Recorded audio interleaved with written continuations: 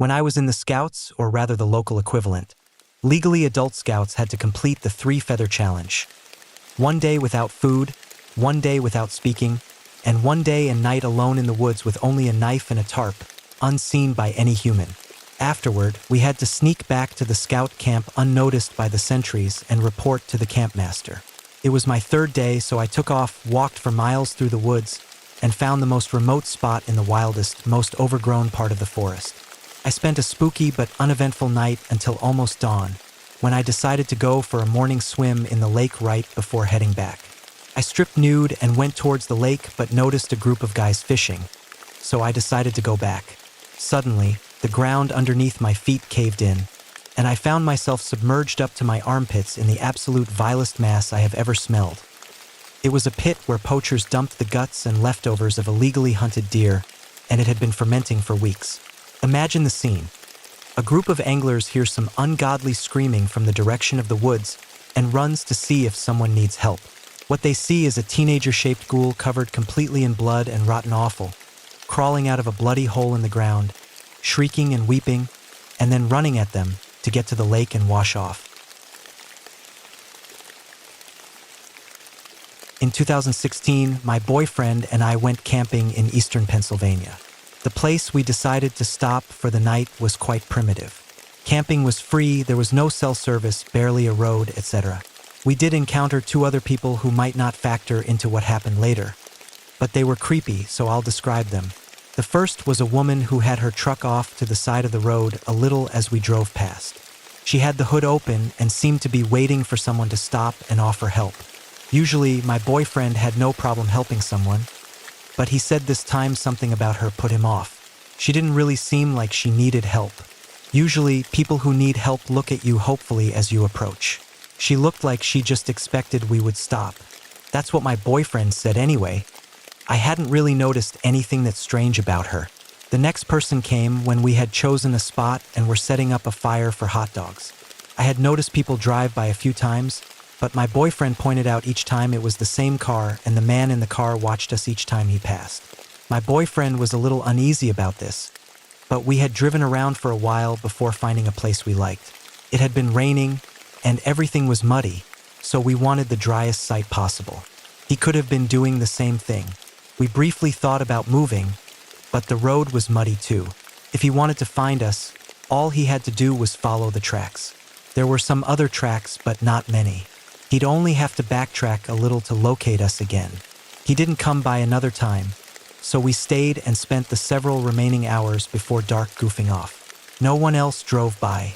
Whether or not those 2 had anything to do with our experience, the real fear came later. We had gone to sleep in our tent, and sometime around 3 a.m., we were awoken by this very loud noise. I can't describe it very well or even remember exactly what it sounded like, but my boyfriend said it reminded him of a chain gun revving up.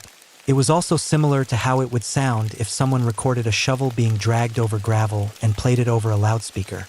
He jumped up and looked out the little window but couldn't see anything. The sound repeated itself a few more times. I was too scared to speak, so my boyfriend whispered that it was probably miles off and I should go back to sleep. I didn't question this as I figured loud sounds could be easily heard miles off.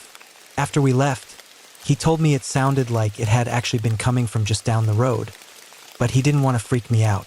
Looking back, I probably should have wondered why he would bother to whisper if the sound was far off. I was still terrified.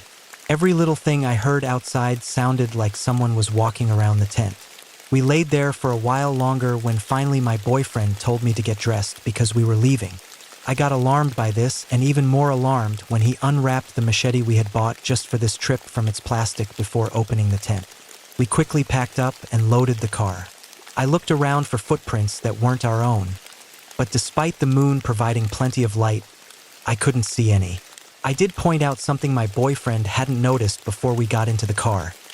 There was a beer by our dead fire that hadn't been there before. We didn't even bring beer. While we were driving away, my boyfriend explained that he was nervous someone might have been trying to lure us out, so he didn't think it was a good idea to run from the tent right away. He also half expected to find our gas tank had been siphoned, but that wouldn't have stopped us because we had a hybrid car. We joked that that would make a funny hybrid commercial. Number of brutal murders avoided by driving a hybrid, 2. We only joked because we were about shitting ourselves from fear and adrenaline even then. We now only stayed in well-populated campsites or hotel.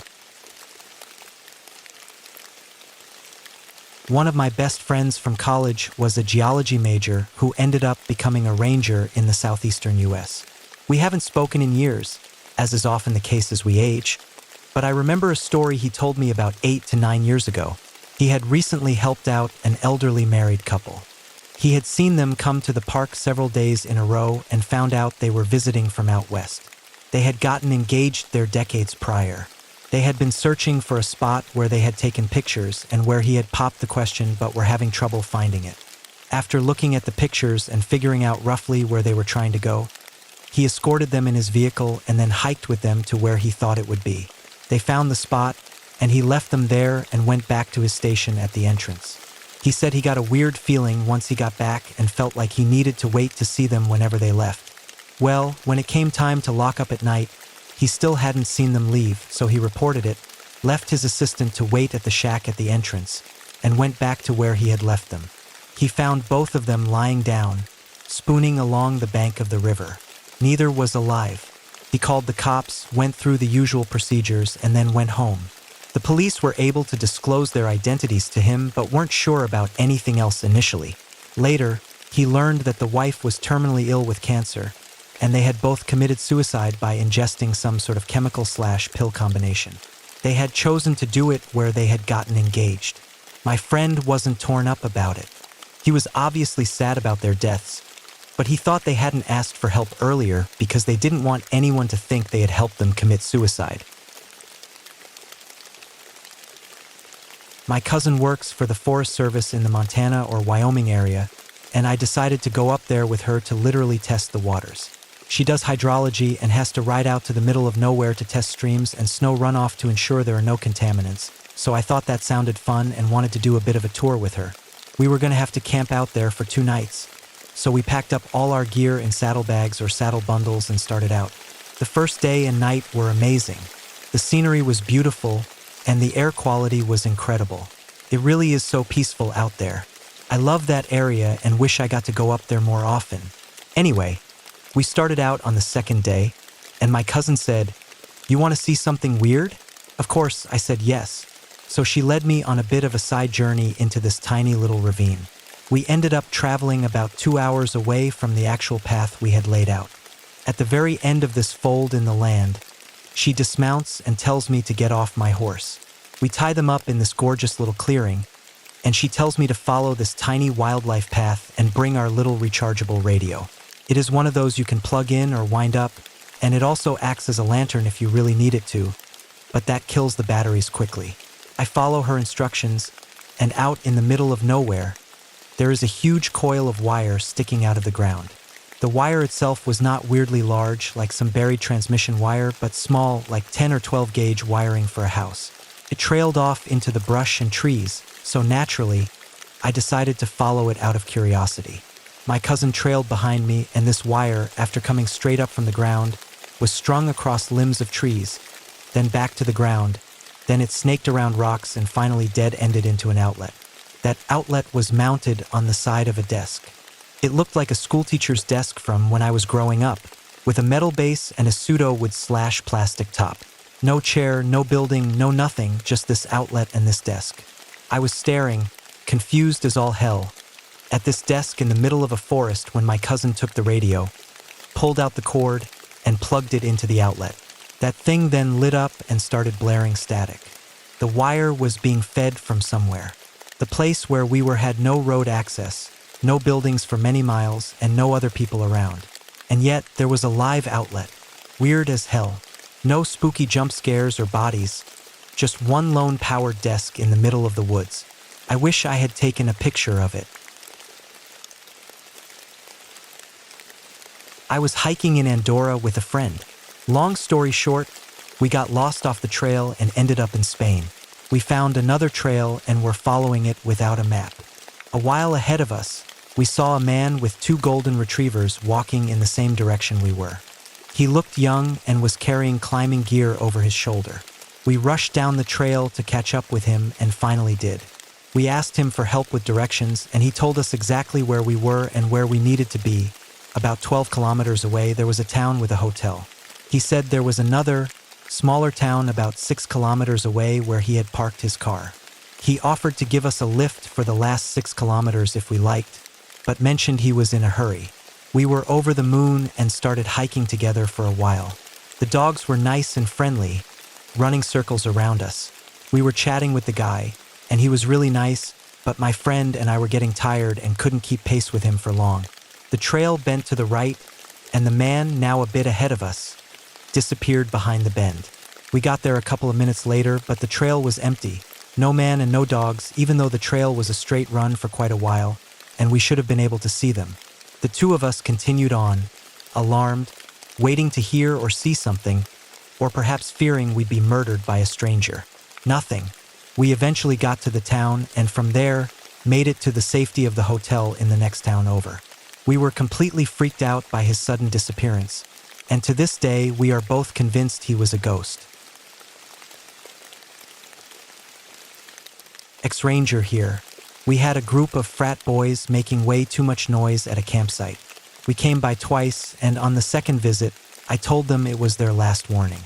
Not only was it rude to other campers to be so loud, but it was also exceptionally dangerous.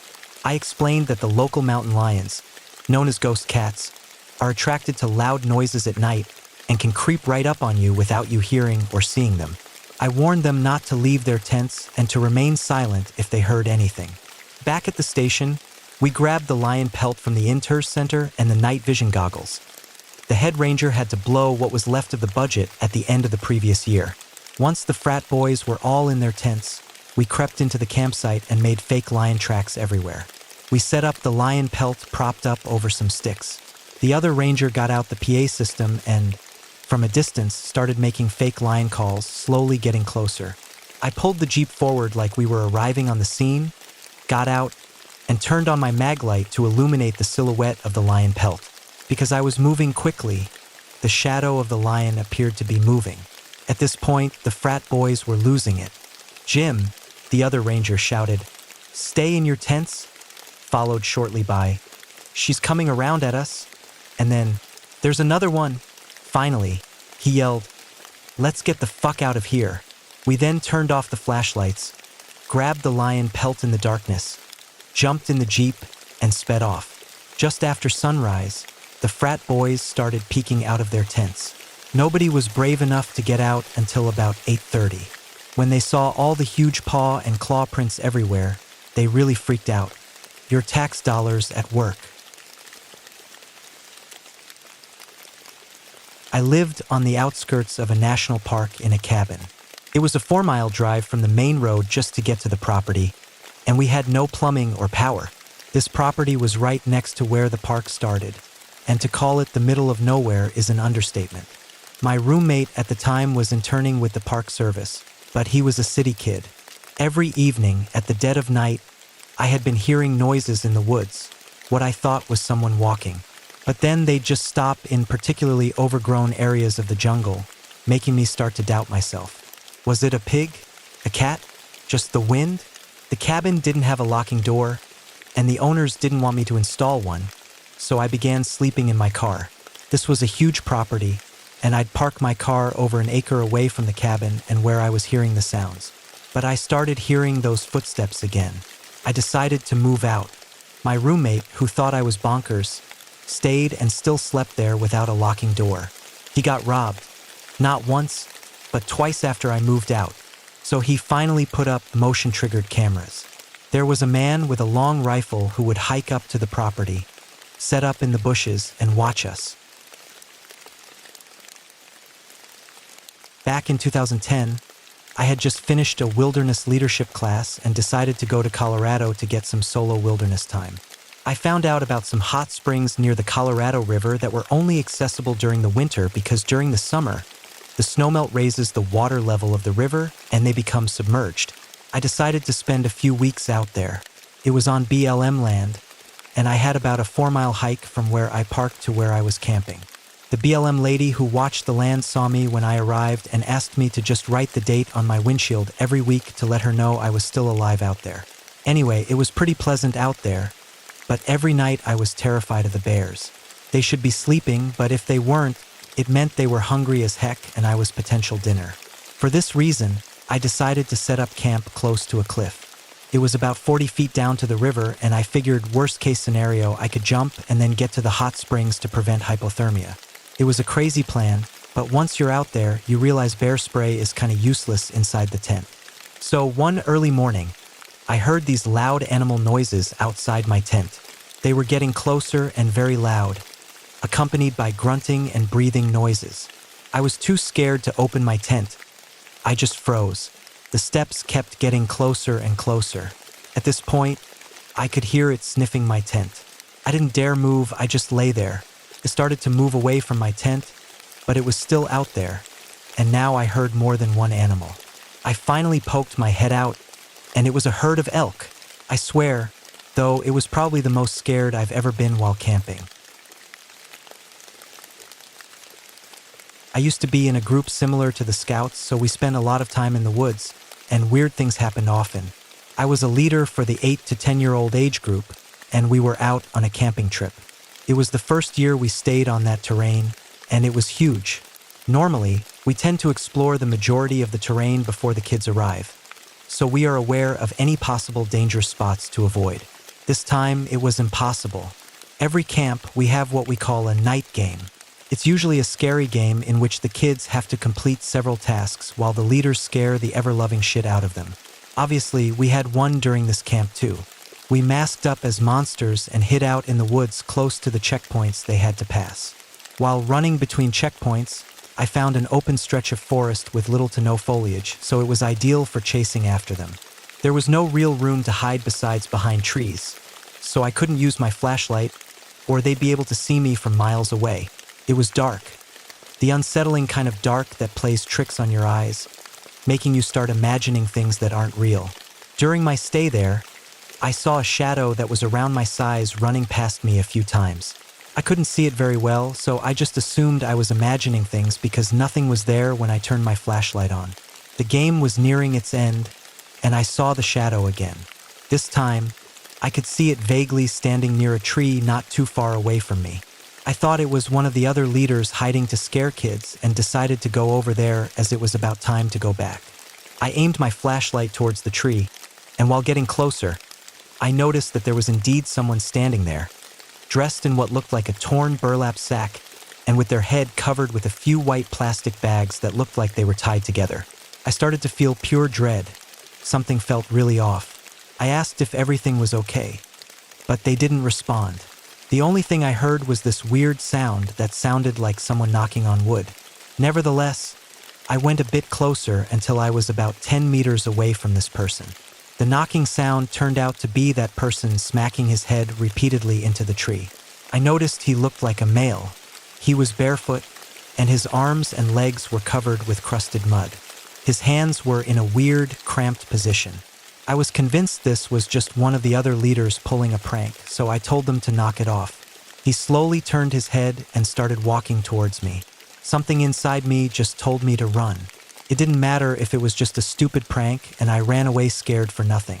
If this wasn't a prank, it felt like I was in serious danger, so I ran as fast as I could. I heard him running after me, but I didn't want to turn around to look as if I'd probably run into a tree. I arrived back at the campsite, and every single person that could be dressed like that was already there. They couldn't have gotten there before me, and if they did, they sure as hell didn't have the time to change into their regular clothes. Still, I told them, and that they gave me a good scare with that. They just looked at me weirdly, thinking I was trying to scare them, and we left it at that. The next day, I wanted to go check it out. Who knows, maybe some weirdo ate the wrong mushroom and might be out there dying from hypothermia. I took someone else with me just in case, and there was nothing but endless trees. We arrived at the tree where I saw the person banging his head, and there was a dead, skinned, decomposing rabbit nailed to the tree. We called the cops. They looked around quickly and brushed it off as just a prank from another scouting group or some kids from the nearby town and left it at that.